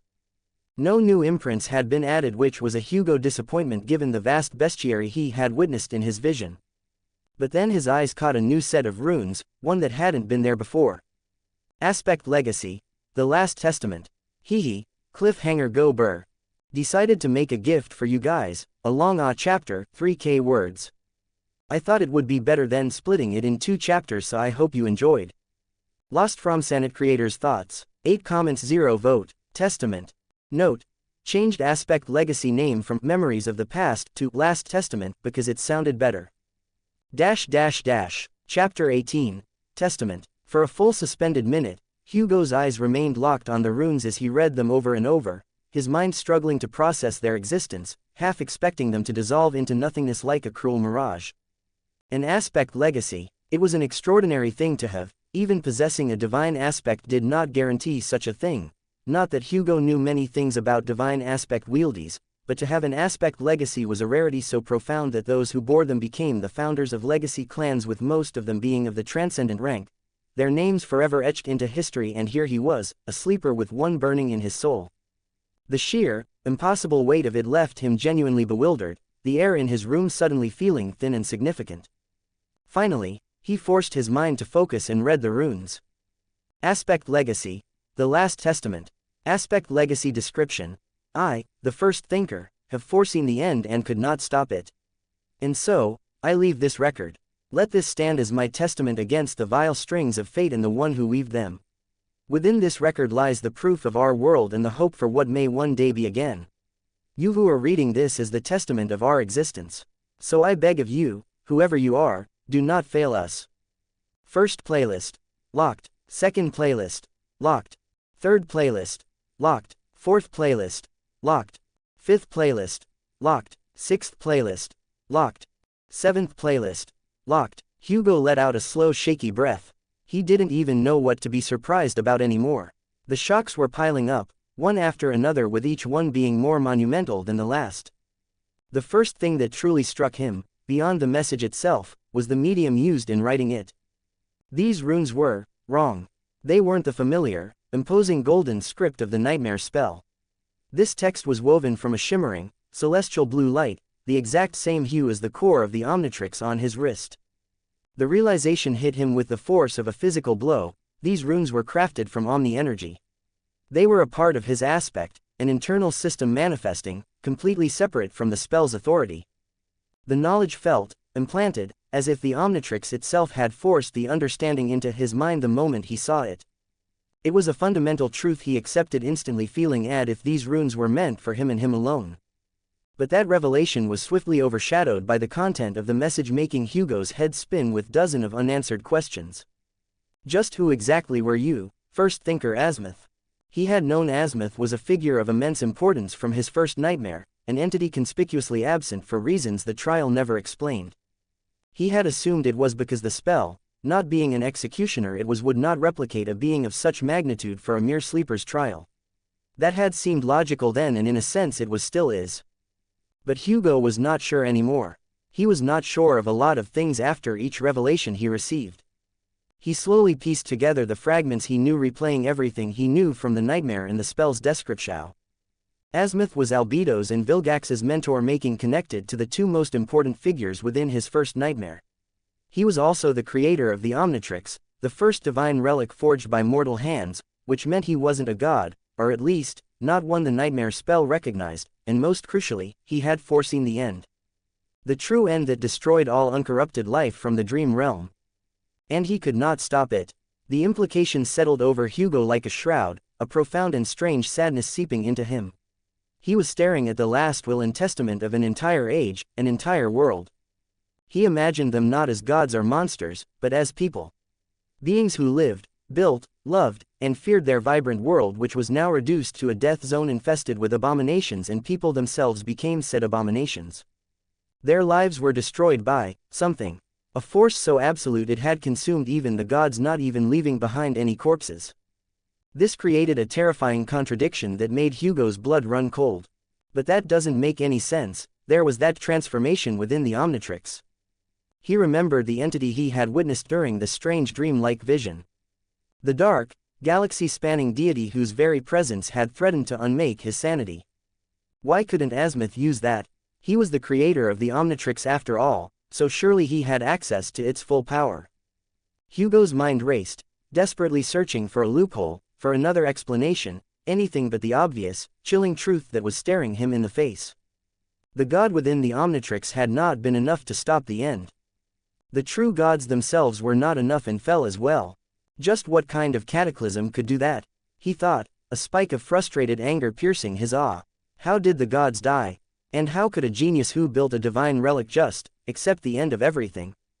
Instead of a final, universe-shattering battle, Azimuth's last act was one of profound tragic preservation. He had created a message in a bottle and cast it into the far future. The truth of the Omnitrix finally crystallized in Hugo's mind, sharp and painful. It was not a weapon born of ambition like Albedo had thought. It was not a tool for conquest like Vilgax had sought to use it.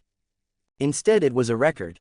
A tombstone for a dead world, a desperate defiant act of remembrance so that someone, someday, would know they had existed. This revelation pierced Hugo to his core, drowning him in a riptide of questions that had no answers. What were the vile strings of fate? Who had weaved them, and what did the end even look like? He was merely a boy from a half-dead civilization himself, and so these questions were not something he could answer now. If ever. For 10 long minutes, he did not move, petrified on the edge of his bed, the weight of 1,000 dead worlds pressing down on him. Then, a colder, more pragmatic thought emerged, a lifeline of skepticism. No, wait, am I even the true wielder of the Omnitrix? His aspect, the Omnitrix, was something he had gained during the first nightmare through strange methods. The nature of the nightmares was still a profound mystery. Most believed them to be intricate illusions conjured by the spell, elaborate tests with a beginning, a goal, and an ending to forge a stronger aspirant. It was a comforting thought, one that helped sleepers justify the horrors they committed and witnessed within them. So, what if the Omnitrix he wielded was not the original but instead a perfect copy forged by the nightmare spell? A replica of a legendary weapon, granted to him only because his soul was, by some bizarre chance, a compatible vessel. He was just lucky, or perhaps cosmically unlucky, to have stumbled into it. The thought was simultaneously humbling and unsettling. If that's the case, then where is the real Omnitrix? And who was its wielder? Did they fail? Did they die? Once again, the cycle repeated itself. A moment of clarity, followed by a deeper, more frustrating abyss of questions with no way to find their answers. He let out a groan of pure exasperation, running his hands through his hair. He was trying to solve a cosmic murder mystery with only a single, cryptic clue, and he didn't even know the language it was written in. After a while, Hugo forcibly wrenched his mind away from the unsolvable puzzles of the dead. He was a sleeper. His world was frighteningly small and immediate, survived the winter solstice. Everything else was a distraction he couldn't afford even though he did not like it. His plans for runic sorcery were delayed due to circumstances, so he turned to the next best thing, utilizing the arsenal he already possessed. Specifically, one particularly versatile memory. A shimmering red ruby crystal materialized in his palm, catching the light, its facets gleaming with latent potential. This was the polymorphic crystal, his reward for slaying Albedo. Its sheer versatility arguably placed it above the proto-tech armor, but he wasn't yet sure if it was more valuable than the raw, destructive power of Conqueror's Wrath charm. The memory had 4 enchantments, but the one that captivated him was Upgrade. The description was deceptively simple. This memory can upgrade any non-sentient object. An augmentation-type memory for his gear was obviously an invaluable advantage on the Dream Realm, so he was naturally eager to test it. He summoned the proto-tech armor. The sleek, blue and black assembly appeared in a cascade of white sparks, settling into his frame. Hugo exhaled, focused, and then pressed the crystal against the chest plate, having been granted the knowledge of how to use the enchantment by the spell. The reaction was immediate. The crystal flared with an ominous red LGHT, blinding Hugo for a moment. It then proceeded to leap from his hand as if pulled by a powerful magnet, phasing directly into the armor. The entire suit was instantly encased in a shell of crimson energy, and Hugo felt a distinct shift, a subtle vibration as the memory's structure was reinforced. Curious, he summoned its runes. Memory. Proto-tech armor. Rank. Ascended. Memory type. Armor. Memory description. Despite their lack of physical prowess, the Galvans were hailed as among the greatest of the gods, creations due to their intelligence, and as such, their inventions were simply unmatched throughout all the realms. Memory enchantments. Modification. Polymorphic crystal. A satisfied, if weary, smile touched his lips. It had worked splendidly. The armor was now ascended rank, a significant boost to its durability that would make him nigh invincible for most awakened abominations. And naturally, if the upgrade enchantment worked on memories, it would likely work on other non-magical objects as well, a boon that would certainly come in handy in the future. He focused on the new polymorphic crystal enchantment line, interested by what new powers the armor gained. Polymorphic crystal enchantment. This armor has been upgraded by polymorphic crystal gaining its abilities. Satisfied, he mentally willed the crystal to separate from the armor, which instantly made a strange thought appeared in his mind. The process of activating the enchantment had required no soul essence, which was unusual. Is it due to the memory's unique nature? Or did the spell just not account for this? Not wanting to question the inexplicable mechanics of the omnipresent entity that governed his life, he decided to simply accept the gift. A new, ambitious idea sparked within him, eager to test the boundaries of the crystal. He quickly summoned Conqueror's Wrath, a beautiful green necklace with a strange tentacle wrapped around it materialized in a small burst of white light. His heart hammered against his ribs at the thought of possessing a transcendent charm as a sleeper. That mixed with his transformations would elevate him to the rank of Ascended, which would make his life way easier. But the hope was immediately crushed just as swiftly as it was born. Conqueror's Wrath was already an Ascended memory, and Polymorphic Crystal was an awakened rank memory. And as it turned out, a memory of a lower rank could not elevate one of a higher rank. The logic was inexorable, and he should have known better.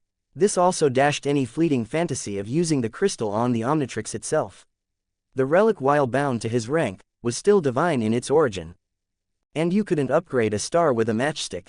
Well, he thought, a dry, sarcastic edge creeping into his internal monologue as he thought about the absurdity of his day. I suppose this it for today. Let's see. I fought an awakened who transformed into a bear, then went to study runic sorcery but instead got knocked unconscious by a flying textbook, had a on-sighted chat with a primordial god trapped in my wrist, then unlocked my aspect legacy while discovering that I'm wielding a copy of the greatest creation of the smartest being to ever exist, which is basically a tombstone for every race that died in an apocalypse I don't understand. He looked down at the Omnitrix, its blue icon now feeling infinitely more ancient and heavy than it did a few days ago. Yes, a perfectly normal day in the life of a sleeper. Sorry for posting this late in the day, I was too busy with study and other things. And I know Academy arc is dragging on, so don't worry, it'd be just 1 to 2 more chapters in runic sorcery, then there would be a few weeks' time skip to the winter solstice. I'm just setting out the lore here. Also, you'd probably get spoiled if you continue reading this fanfic if you aren't caught up past Ariel Death Game arc. Anyway, thanks for the support and love you all.